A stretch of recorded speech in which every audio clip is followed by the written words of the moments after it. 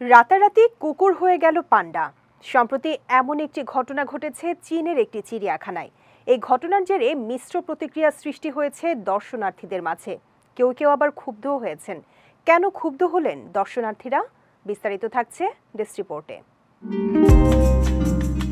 চিড়িয়াখানা এমন একটি জায়গা যেখানে বন্যপ্রাণী বন্দি অবস্থায় সংরক্ষণ ও গবেষণার জন্য রাখা হয়। পৃথিবীর প্রায় সব বড় শহরেই চিড়িয়াখানা আছে, যেখানে দর্শনার্থীরা খুব কাছ থেকে বন্যপ্রাণী দেখার সুযোগ পায়। কিন্তু কখনো কি শুনেছেন চিড়িয়াখানায় কুকুর রাতারাতি পান্ডা হয়ে যেতে?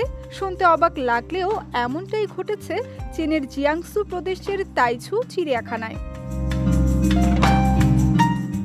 চিড়িয়াখানাটিতে কুকুরের শরীরের রং মাখিয়ে সেটিকে পান্ডার মতো বানিয়ে প্রদর্শন করা হয়েছে। পান্ডার মতো যেন দেখা যায়, সেজন্য কুকুরগুলোর শরীর সাদা ও কালো রং করা হয়। চিড়িয়াখানার এমন কাণ্ডে দর্শনার্থীরা বেশ ক্ষুব্ধ হয়েছেন।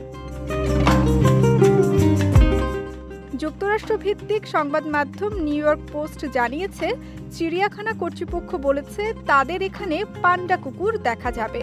মূলত পহেলা মের ছুটিতে দর্শনার্থী টানতে চিড়িয়াখানাটি এমন অবাক কাণ্ড ঘটিয়েছিল। চিড়িয়াখানার কর্মীরা দুটি চোচো কুকুরের লোম ছেটে দেয় এবং তাদের মুখে কালো রং মেখে দেয়, যেন এগুলোকে পান্ডার মতো দেখা যায়। এই কুকুরগুলোকে প্রতিদিন সকাল 8টা থেকে বিকাল 5টা পর্যন্ত প্রদর্শনীর জন্য রাখা হতো।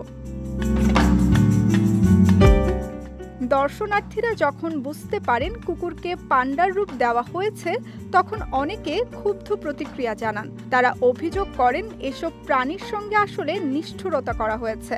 তবে চিড়িয়াখানা কর্তৃপক্ষ দাবি করেছে যে রং ব্যবহার করা হয়েছে সেগুলো ক্ষতিকারক নয়। তাছাড়া চিড়িয়াখানায় কোনো পান্ডা না থাকায় দর্শনার্থীদের আনন্দ দিতে তারা এমনটা করেছে।